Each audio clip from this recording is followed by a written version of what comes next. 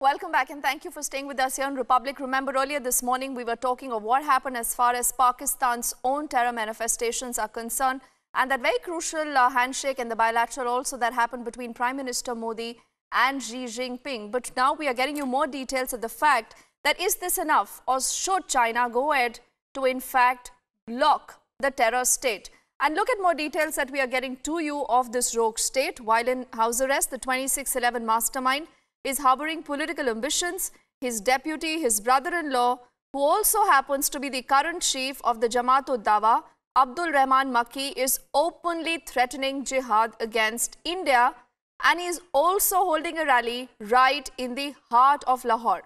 That's why we say it's time now to declare Pakistan a terror state. So this is only, remember, just one of the instances why we say that Pakistan only deserves to be called a terror state, and rightly so. Because look at more of these images that are up on your screens now. You not just have a case of Hafiz Saeed where Pakistan has not acted, but then you also have that rally that we've got to you more details of, where the JuD is openly threatening jihad in Kashmir. So is Pakistan oblivious to the truth, or Pakistan only wants to feign ignorance because it suits itself? But interestingly, what is happening now is that Pakistan is only getting exposed on the world fora. The reason why you had the all-weather friend of Pakistan, China, today calling Pakistan's bluff. And importantly, remember, all these organizations, whether it's the JuD, it's the Lashkar, it's the Taliban, these are organizations that take a mention in that resolution that has been signed after the conclusion of the BRICS. So Republic, remember, is asking that why don't we declare Pakistan a terror state?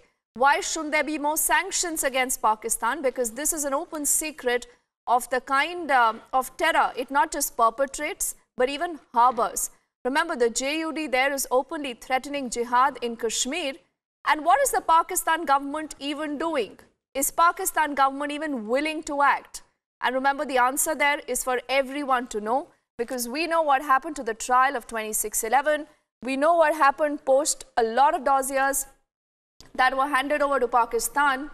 Zero action is what we've seen almost in all those cases. My colleague Parikshit also live with us on the story to push it a little forward. And Parikshit, are we surprised?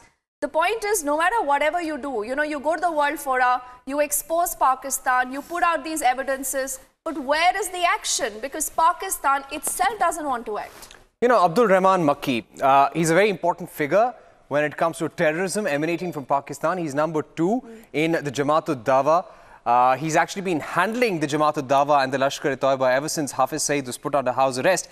He has a $2 million bounty on him, Deepthi. Hafiz Saeed has a $10 million bounty. This happened post the 2008 Mumbai attacks. He continues to roam around freely. In fact, just imagine, the former dictator of Pakistan, President Pervez Musharraf, he has gone on record to say that the Pakistani government has the wherewithal to act against people like Abdul Rehman Makki, but they don't. And look at the audacity. Despite the US president saying a few days back that Pakistan needs to stop harboring terrorists, the US president in categorical terms called out Pakistan that they will have to do more or face consequences. You have the likes of Abdul Rehman Makki saying they condemn what the US president is doing. They want a jihad to be launched against Hindus. They also pledge to intensify jihad in the state of Jammu and Kashmir. So the entire circle of violence, circle of terror, just doesn't come to an end. So this exposes Pakistan. On one hand, you have the BRICS summit where all the leaders have come together and named Pakistan-based terror groups, including the Lashkar-e-Toiba and Jaish-e-Mohammed. And then you have Makki speaking like this. Yes, and then you actually have a lot more onus going on the international community, particularly China here, Parikshit, which has essentially made a mention of these terror groups. But will there be more? We closely track that story. For the moment, thank you to you.